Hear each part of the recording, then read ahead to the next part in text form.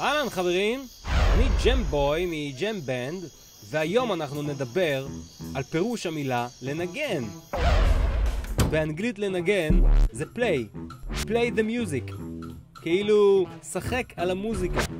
בעברית המשמעות קצת יבשה, זה נשמע כמו נגן. שים את התווים, תכין את הכלי, ויאללה צא לנגן. בג'ם למעשה אין לנו שירים או קטעים כתובים מראש.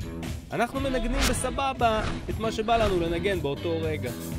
לכן המושג שחק הרבה יותר מתאים. שחק הכי טוב שאתה יודע להפעיל את הכלי ליצירת מנגינה. שחקן או נגן אמיתי יתעלם מכל מה שהוא מכיר ויתייחס למה שהוא שומע באותו הרגע ויבין מה הוא יכול לתרום כדי שהמנצח, אם תרצו, האוזן השלישית של רוח הקודש, תהיה מרוצה ממה שהיא שומעת. בג'ם כל אחד יכול לשחק על הכלי שלו כמה שהוא רוצה, להמציא, לנגן מתוך מה שהוא יודע, לנגן קטעים מתוך שירים ידועים. אתם יודעים, יום אחד הגיע לג'ם אומן מוזיקאי ידוע שכולם מכירים, ככה סתם בהפתעה. פתח את הדלת, נכנס ואמר, עברתי בסביבה, שמעתי כאן מוזיקה, אכפת לכם שאני אשב לשמוע קצת? השניים נכנסו וישבו להם בסבלנות בחדר החזרות, תוך כדי שאנחנו ממש באמצע שיר.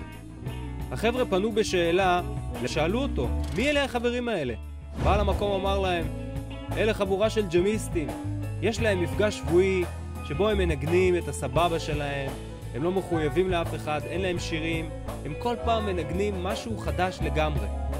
אף פעם לא מנגנים את אותו הדבר. אף אחד מהם לא מוכר, הם סתם מנגנים בכיף. אז אותו מוזיקאי אומר, וואלה באמת?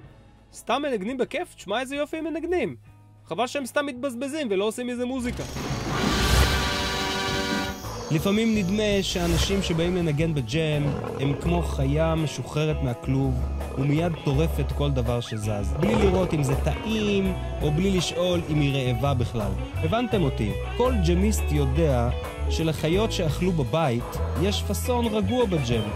הן לא מפריעות לנגינה, לא מתפרצות באמצע קטעים, הן תמיד מקשיבות לכל נגן שמנגן. נראה לי שסיימנו להיום. מקווה שאהבתם את מה שראיתם. אם יש לכם תובנות אתם יכולים להגיב למטה. אתם יכולים לכתוב מה שאתם רוצים. ואני מקווה שהג'ם הבא שלנו יהיה הרבה יותר טוב.